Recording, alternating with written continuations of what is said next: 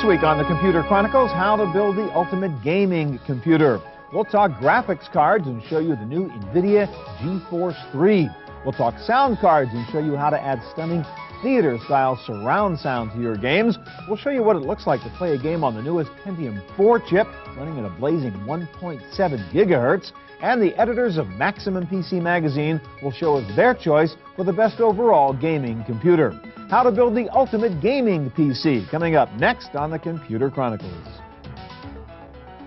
Computer Chronicles is made possible in part by PC to PC, the online computer migration service from PC First, moving files, applications, and preferences from your old computer to your new one. Additional support is provided by Upside Events, presenting the Digital Lifestyle Revolution Conference, where people and technology intersect.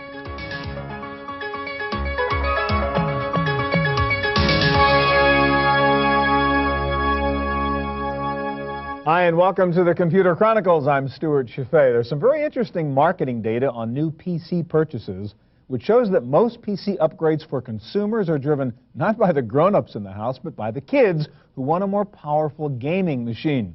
Certainly there is no more demanding application for a computer than today's graphics-intensive games. So today we are going to help you figure out how to put together the ultimate gaming computer. And we're going to start out with graphics. And here to help us do that is Tony Tomasi of NVIDIA. Hi, Tony. Hi.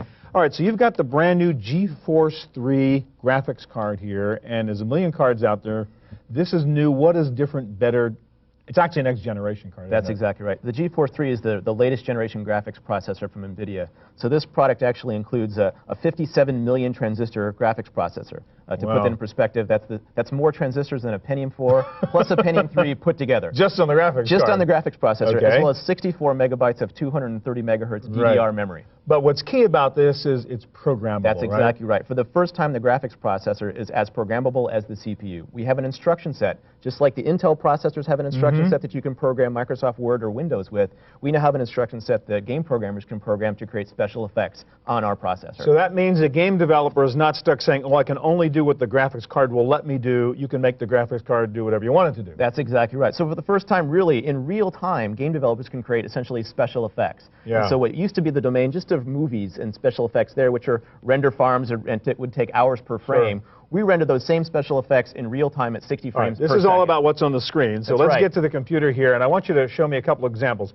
First of all, in a game, I mean, you're concerned about the surfaces of things, the texture, the animation. Show us an example. You have a great example, I think, of a chameleon there. Right. So we came up with this idea of the chameleon to really show off the nature that because it's programmable, it can change the way it looks. And so interactively, we can actually demonstrate programmability with this chameleon here. So it's completely real time. I can look at it from any camera angle, any way that I want. It's actually being driven. So this is all being generated and driven right now in real time. That's exactly right. All this it's responding to your direction. Is running on the graphics processor in real time. Okay. So you've wireframed it, for example? The first thing, of course, is that the chameleon is built from geometry or wireframe. The animation of this chameleon, how he moves and walks and the skin bends over him, is done with a program. We call that a vertex shader. Okay. That's a piece of code that runs on our graphics processor that drives the way he animates. In addition to that, of course, we have the way that he looks. And so we have a variety of what we call pixel shaders to generate special effects that are on the surface of this creature. And so interactively, we can create essentially the Predator look, where he's actually semi-transparent. He actually refracts the ambient light around him, and yet still reflects it, or bends it into the environment. And again, to be clear, this is no cutscene here. I mean, this is you are running this. That's right. If you look at my hand and you yeah. look at the mouse as I move it around, it's completely interactive. Yeah. We can play with this as we see fit. And if you look at, well, this is actually our Invisible Man shader to kind of give you an idea what the skeletal system and the vein system look like. We'll go ahead and let the chameleon continue walking here. We'll talk about some of the shaders. So as we get close, we'll go ahead and zoom in on the surface of this guy. And if you look, just say on the joints of his arm there, the bumps are correct. The way the specular highlights move across the bumps as he animates are all completely correct. All right. Now, I want you to go to the next demonstration. Another thing in a game is the landscape, the background, the environment. They're often sort of clunky and dull, and they don't really get you into the game emotionally. And you have the ability now to actually generate real-time landscapes too, right? That's exactly right. Because the processor is programmable, we can actually program the processor to procedurally generate a world. So the advantage here is that where previously worlds would have an end. You could get to the end of the texture or the end of the geometry, and that was it. So again, this is a real-time generation of this landscape. Right. If you notice the mouse as I pan it towards the edge of the screen, that's the direction that I fly, and I'm flying around the world. I can get close to the landscape. I can fly up in the air. The other nice thing about this, the world is completely generated, but we've got so much graphics processing power that we can actually have a little bit of fun. So wherever I click on the screen, we have a meteor come flying down, and the meteor does some interesting things. As he clicks and lands, you notice there's that ripple, that shockwave. Yep. We do that with a vertex shader. It's actually taking the geometry underneath and deforming it. And again, you're running this right now. It's on the graphics processor. Not just happening. That's the all last real thing time. I want you to show us is the hardest thing in a game is the human face, right? That's exactly right. There's so much subtlety in the different expressions. Most games, the faces are pretty boring. You never get to know them, right? You have a demonstration here which is just incredible in what you can do with this card. Yes, we wanted to solve the problem, or at least attack the problem of creating some emotional conveyance in a character. Today's game characters are kind of blockheads. They have you know, flat faces, maybe moving textures, and typically plastic hair. So what do we have hair. here? Zoltar. So we've got Zoltar, which is actually kind of modeled after the Zoltar character from Tom Hanks' movie Biggs. He's a fortune teller, and it's a completely interactive face. I can view him in wireframe, or not. Yeah, but go back. Let's see the motion around his. When he talks, I mean, you can see the skin stretch. We'll move into his face a little bit here. Mouth, get nice and close, and we'll go ahead and fire up an animation here. And you notice that what we can do is program the graphics processor to deform his actual skin. We've modeled the skeletal structure and the muscular structure of his face as programs. We download those to our graphics processor, and we can animate him and move him around entirely in real time. So for the first time in real time, you can get human characters. This is something that even the movie industry has really just started trying to tackle, and now we're running it in real time on a graphics processor. Okay, so it's NVIDIA's GeForce 3, and it'll cost me how much? About $399. All right, thanks a lot. Great, thanks a lot, Stuart. All right, well, once you have a killer graphics card in your computer, the next most important element for a great gaming machine is sound.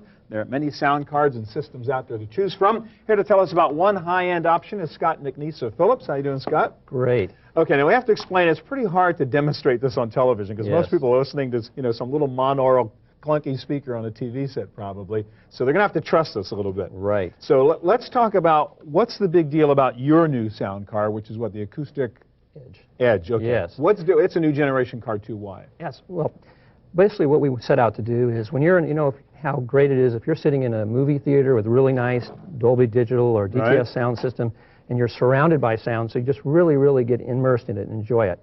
Well, we want to be able to create that same experience on the PC. The problem on the PC is most of the sounds you hear, music, even most of the sounds in games, are not positional or not 3D. At best, it's just stereo sound, right? Exactly. So we came up with a solution in terms of our Thunderbird Avenger chip that we developed and the algorithms that we put on it that basically allow us to take any stereo sound and create multi-channel sound. That is 4 or 5.1 channels of sound, just like in the theater, so it surrounds you. So even though the game itself is only pushing, say, stereo sound, 2-track sound, you can somehow put an algorithm on top of that and pull that apart into 5 different channels, so I really have surround sound. Exactly. In fact, there's 2 different cases there. There's some games that have no positional sounds at all. Right. And those will make that game all of a sudden a positional 3D or a surround sound game. But even those games that are coming out now that do use positional 3D, they'll only take a portion of the sounds and actually position them, and everything else will be stereo or mono. So you can actually put more in the game than was in there in the first place. Yes. This algorithm. Additional layers of surround sound, if you will.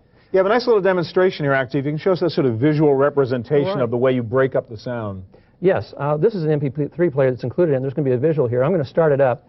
And first, actually, we're going to start it in stereo. And you see these 2 little visuals here. That corresponds to a left and right speaker. Okay, so that's the 2 tracks that are sort of pushing out the sound right now. Right, exactly. Now, I'm going to go to that would be our typical stereo environment. Exactly. Now I've gone to 4 speakers, and this shows... Now, how did you go to 4 speakers? You just told your card I want 4. Exactly. I said, let's assume we have a 4 speaker set up with this, and let's go to 4. And if you look at this, you can see the 2 front left and right, and the left rear and right rear are very different signals, and you can actually hear it. So all of a sudden, you're hearing different sounds from every speaker. Now we're going to take it a step further. Let's say you have a